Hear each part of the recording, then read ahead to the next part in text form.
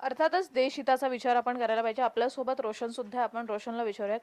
रोशन, तरुण म्हणून पत्रकार तर अर्थात आपण बाजूला ठेवू, परंतु एक तरुण म्हणून तू ह्या आंदोलनाकडे कसं पाहतोय? खरंच तरुणाईला आज हे आंदोलन करण्याची वेळ नेमकी कोणामुळे आलेली आहे? पुन्हा आपण सकाळपासून या सर्व बातम्या बघतो. आता वाजले 4. 4 वाजता बघता तर हे आंदोलन चिघळताना दिसतंय. हे आंदोलन सुरू झालं होतं, नीटची जी एक्झाम झाली होती त्याचे पेपर फुटले होते म्हणून. प्रॉब्लेम आहे की 2-2 वर्ष एखादा तरुण विद्यार्थी मेहनत करत असतो. अचानक त्याला समजलं की हा पेपर फुटला, आपल्याला पुन्हा तशीच तयारी करावी लागणार आहे. तेव्हा कुठेतरी प्रॉब्लेम होतो आणि नंतर हे आंदोलन सुरू झालं. मग अभिजित दिपके त्याच्यात आले, मग सोनम वांगचुक आले. या सर्व आंदोलनानंतर सरकारनं जो डायलॉग पाहिजे होता, तो डायलॉग सरकारने स्टेजवर जाऊन केलेला नाही आणि त्यामुळे सर्व आंदोलन पेटताना तुम्हाला दिसत आहे सर्व. आणि आता मला असं वाटतं की सरकारने काहीतरी या गोष्टीवर डिसिजन घेणं गरजेचं आहे.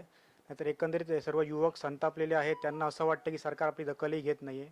त्यामुळे आंदोलन हे अजून आज नाही हे झालं तरी उद्यापर्यंत चालूच राहण्याची शक्यता तरी जास्त वाटते मला. अर्थातच सरकारने आंदोलनाची दखल घेतली पाहिजे.